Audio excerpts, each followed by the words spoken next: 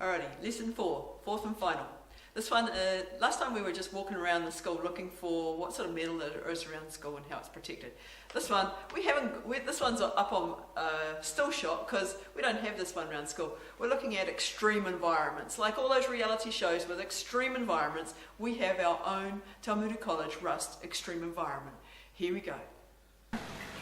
Okay, Jess, what on earth is that crazy photo? That's a picture of sacrificial anodes near a ship propeller. What on earth is a sacrificial anode? Tell me anything about what those lumps are. What are those lumps? Those lumps are zinc, and they protect the other metals from corroding when they're underwater. Nice. Okay. Propeller, you said it's near the propeller. Mm-hmm. Do you remember what that hunky bit there is that I'm pointing out for people? Nah. It's a rudder. What's the rudder's job?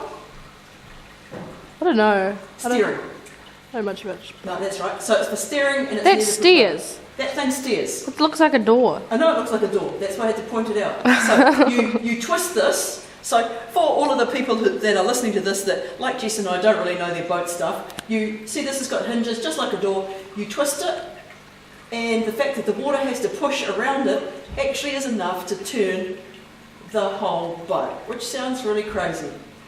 Okay.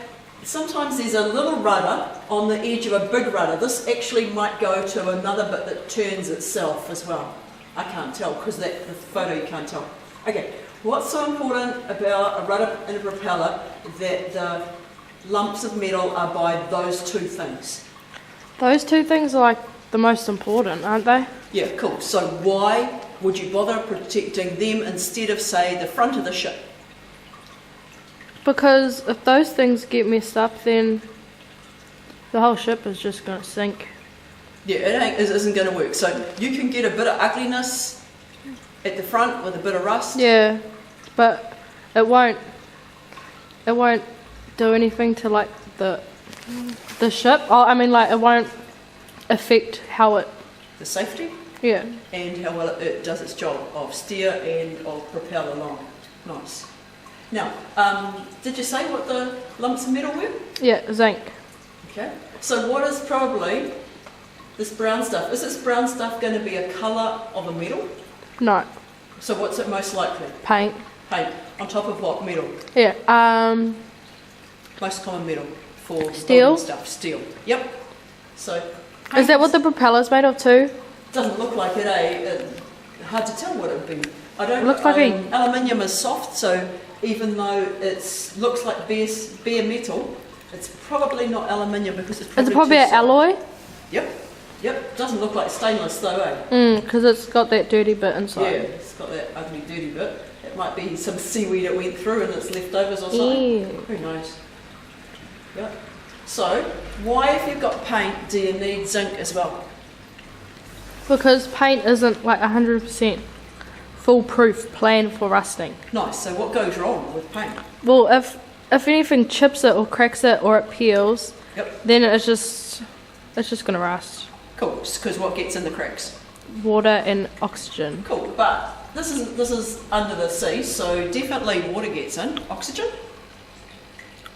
Is there oxygen? Oh, there is oxygen underwater. Yeah. But there's just less oxygen deeper down. Good. Nice. Oh. Okay. You can tell we haven't got a freeze button. Okay. Come on. You can always press stop. See, it's not big. Come on, silly monkey.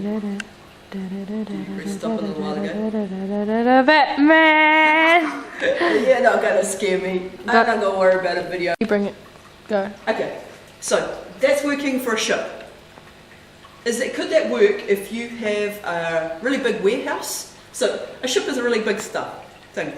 Apparently it also is on dinghies. So like teeny weeny little boats that you might go out and put a net down with. They have the zinc next to their propeller because that's the most vulnerable part of them. Even though a dinghy these days in New Zealand is usually aluminium, so it doesn't need that protection. But must be in other places you have Maybe they just try to hedge their bets because it's such a corrosive environment. What makes seawater such a corrosive environment? The salt in the water. Salt has a charge, which means that it's got the charges corrode things more easily. Because they carry what? They carry energy. Carry the current along. They carry electrical current. Sea salt water is a conductive liquid. Yep, meaning so it helps the current to flow. Yeah, cool. So, what if you had a great big warehouse as big as this boat? Could you be cheap and put hunks of zinc instead of coating it with zinc? No. Okay, so if you have lots of warehouses that you say they're self-storage places, they're often corrugated iron, and so you've got to cover all of those with zinc. Can you take a quick way and just put hunks of zinc? You say no. Why can't you if it's the same size as the ship? Because it only can happen underwater, because the salt water carries the current flow or something. Yeah, cool. So you need the water. You need the water. Okay, so if it works for boats and it doesn't work for warehouses, what else does it work for besides boats? Oil rigs. Okay. So what makes an oil rig the same? What's so good about an oil rig that you need strong protection? What's so good about it? Yeah, well, why would you bother putting good protection? Why don't you just put a load of paint or some zinc? Because don't oil rigs cost heaps of money? They certainly do. What sort of weather are they in? Treacherous weather. Yes, treacherous, like all of those reality show programs of scary weather. Yeah. Yeah. They should have a reality show for oil rigs. Okay.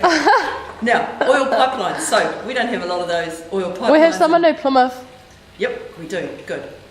Yeah, I think that's about our only place with oil pipelines and oil rigs. Yeah. So it's also easier to put a few hunks of zinc than coat the entire structure when you've got a big thing like an oil rig, even though oil pipeline's made in modules. Okay, nice. I think that's it. Okay, so as Jess is focusing on me, this is the end of our Rust segment, and this is Kathy Ants of Talmudu College. Thank you. You're going to swing it around to you so they can see your facials? Oh, not really. Oh, okay. I'm not wearing any makeup. Okay. But my name's Jessica and I'm from TA College as well. Okay, thank you guys. Bye.